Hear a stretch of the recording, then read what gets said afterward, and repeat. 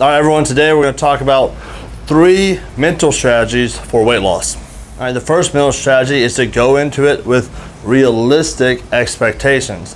A couple of points that people kind of go in with unrealistic expectations on is the idea that there's going to be some type of short-term solution. If you spent 10, 20, 30, even 40 years putting on weight, it's not going to come off on a 30-day program or some 60-day challenge or something like that. It's going to take time. So going into it with the realistic expectation that this is not something I'm going to just be able to flip a light switch and be able to change. It's going to be something that's going to take me time to do.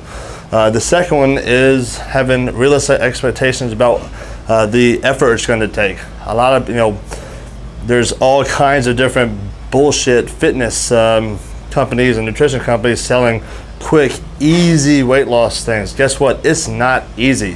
All right. There's nothing easy about coming in and busting your butt in the gym or prepping your meals or eating correctly. It takes hard work, especially if you're someone who doesn't already do that stuff. So coming in with the realistic expectation that hey, this is going to be hard, so that when you are immersed in hey, this is actually hard, you're not surprised. And finally, understanding that in order to lose weight is very simple. You have to train and exercise correctly, and you have to eat correctly. Any of these companies that try to sell something that involves not eating correctly, or allows you to eat incorrectly, or allows you to not train is bullshit. How do you lose weight? You have to train and you have to eat right. People are fat because they are not training correctly and they are not eating correctly. There's no way around that. So coming into it with realistic expectations that, hey, it's going to take some time, I'm going to have to put in some hard work, I'm going to have to train, I'm going to have to eat right. The second mental strategy is having positive self-talk. What we find a lot of times is people who come in here who have been overweight for a while or have gained a lot of weight, they tend to have kind of a negative self-image. They don't, they see themselves as in a negative light. So unfortunately, when you see yourself in a negative light, the person that you perceive yourself to be is the person that you are going to be and then continue to be. So unfortunately, this kind of sets them up for failure because they see themselves as the person who quits training. They see themselves as the person who doesn't have what it takes. They see themselves as the person who's going to give in when they're trying to struggling to stick to their diet. So having a positive self-image and seeing yourself as the person that you want to become, seeing yourself as that person who has lost the weight, as that person who has who comes to the gym and who doesn't skip, seeing that person who packs their food and doesn't give in to people offering them sweets or whatever it may be. All right. A lot of times people try to change what they do.